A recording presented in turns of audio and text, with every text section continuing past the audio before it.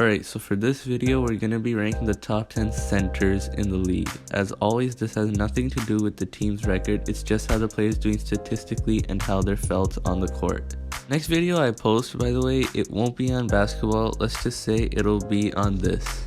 Alright, enough with this intro, let's get into the video. Alright, so let's get into the honorable mentions, and the first one is Jarrett Allen.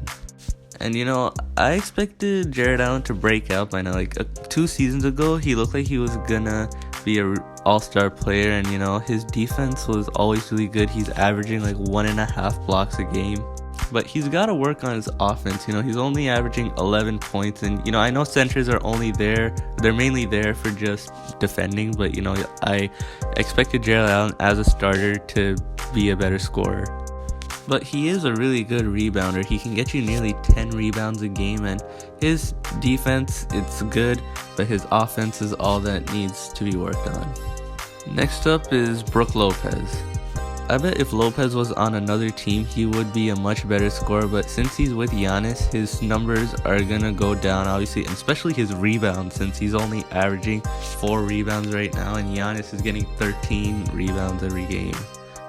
And even though Giannis, he is the star of the team, I expect Lopez to get more rebounds than him, since Giannis, even though he is the power forward, Lopez, the centers, they're always supposed to get more rebounds. One thing Lopez is really good at is defense. He can get you about 2 blocks a game, and that's really impressive, and the reason for that is his wingspan, which is like 7'6", I think. Next honorable mention is Tristan Thompson. Next. Alright, the last honorable mention is Steven Adams, the most loved player in the NBA. Adams is a good defender. He can get you a block and nearly a steal every game. His scoring is kind of inconsistent though. He can get you games where he can get you 15 or even 20 a game, but then there are games where he just gets like 8 or 10 points. I was so close to putting him in the top 10, but just because I like him as a player, but I obviously can't do that since there are clearly other players that are much better than him. Alright, so let's get into the top 10, and at number 10 we got Miles Turner. I'm still waiting for him to break out, because when he was with Paul George, he looked like he had a lot of signs of becoming an all-star. But his numbers have slightly gone down since last season, and he's slowly starting to become a forgettable player. He can get you about 12 points a game, and he's a pretty good defender. He can get you a block a game as well, but like Brook Lopez, his rebounding isn't that good, and there's not really anyone to stop him from getting a whole lot of rebounds. He can get you about 6 a game, but as their center, that's gotta go up.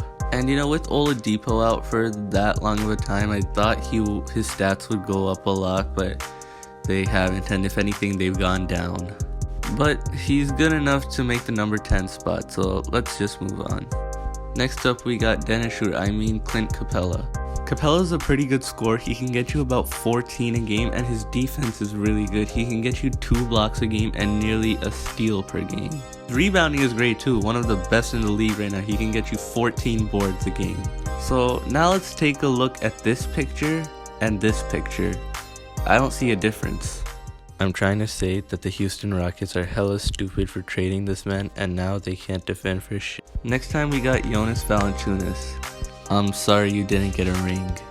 Valanciunas is a good scorer. He can get you about 15 a game, and his rebounding is also really good, gets you about 11 a game. Since his Raptors days though, his defense has improved. He can get you nearly 2 blocks a game, and on the Raptors he wasn't that known for blocking. I'm sorry you're on the Grizzlies, Jonas, but it's made you into a better player, hasn't it? I hope this man gets traded in the offseason or something. Oh, and the Grizzlies are gonna make the playoffs, which is pretty shocking in my opinion.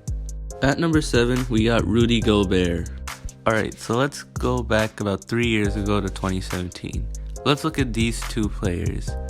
If we remember, one of them won Defensive Player of the Year. If you looked at them for the first time, who would you think would win Defensive Player of the Year? Exactly. Draymond Green is the most overrated player in the league. You can't change my mind. Because half of the time that he's quote-unquote defending, he's actually fouling. Who are we talking about again? Oh yeah, Rudy Gobert.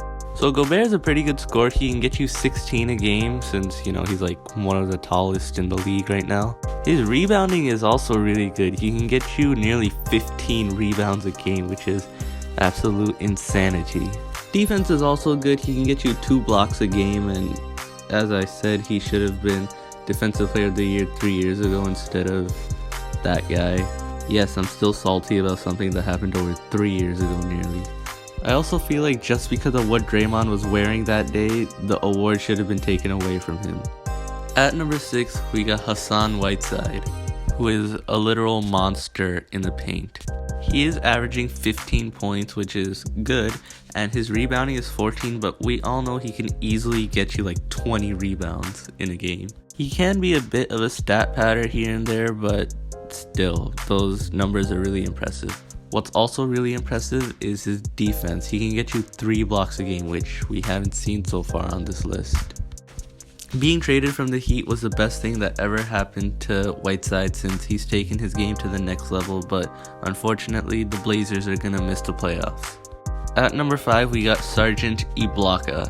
Well, actually I can't say that since he's not even averaging a block per game.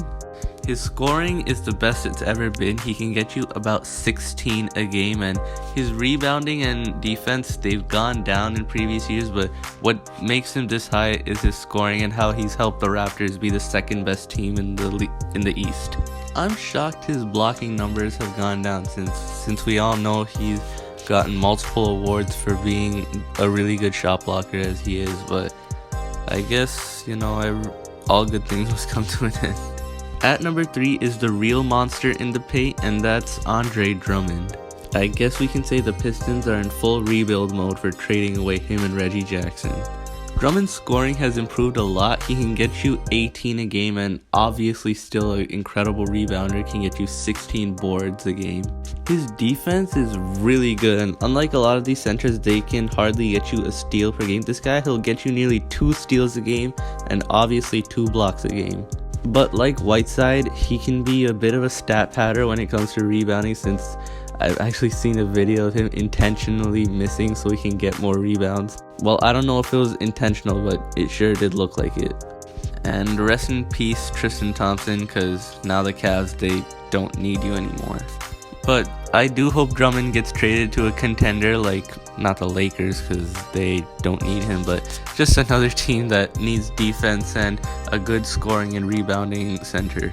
Because like the Pistons, the Cavs, they're not really that much different, and Drummond's talent is just going to be wasted on the Cavs. A lot like Kevin Love too. At number 3, we got Nikola Vucevic.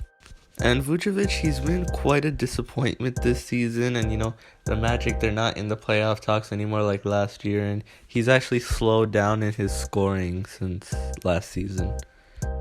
But he can still get you about 19 a game along with 11 rebounds and 4 rebounds, and he's an alright defender for a center.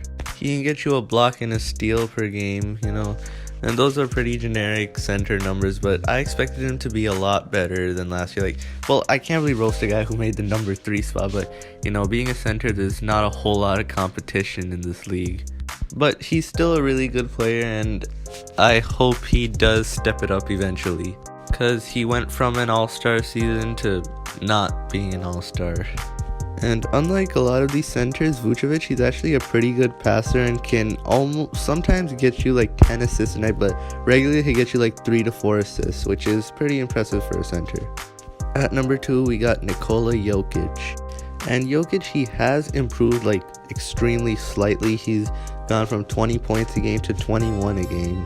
And I remember people last season like, oh, next season he's going to be an MVP candidate, but that's definitely not the case since he's just averaging 21 a game. But his passing is what makes him this good. He can get you 7 assists, which we don't really see a lot in centers. And his rebounding is also good. He'll get you 10 a game. And his defense is alright. He can get you a steal, but can barely get you a block per game.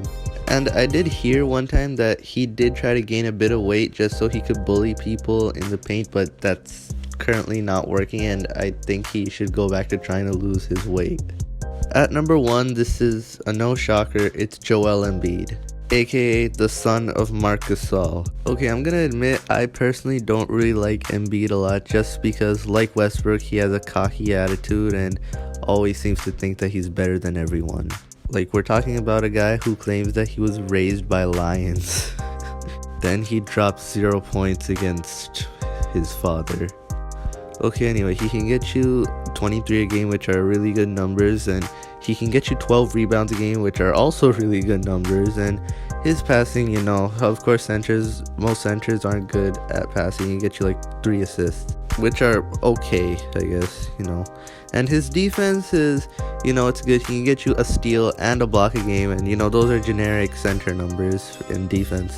Not much has to be said. We all know that Embiid is by far the best center in the league, so that wraps this up. Alright, so that's gonna do it for this video. You know, as always, leave a like, subscribe, turn that bell icon on so you're notified when I post a video, and I'll see you in the next one. Peace.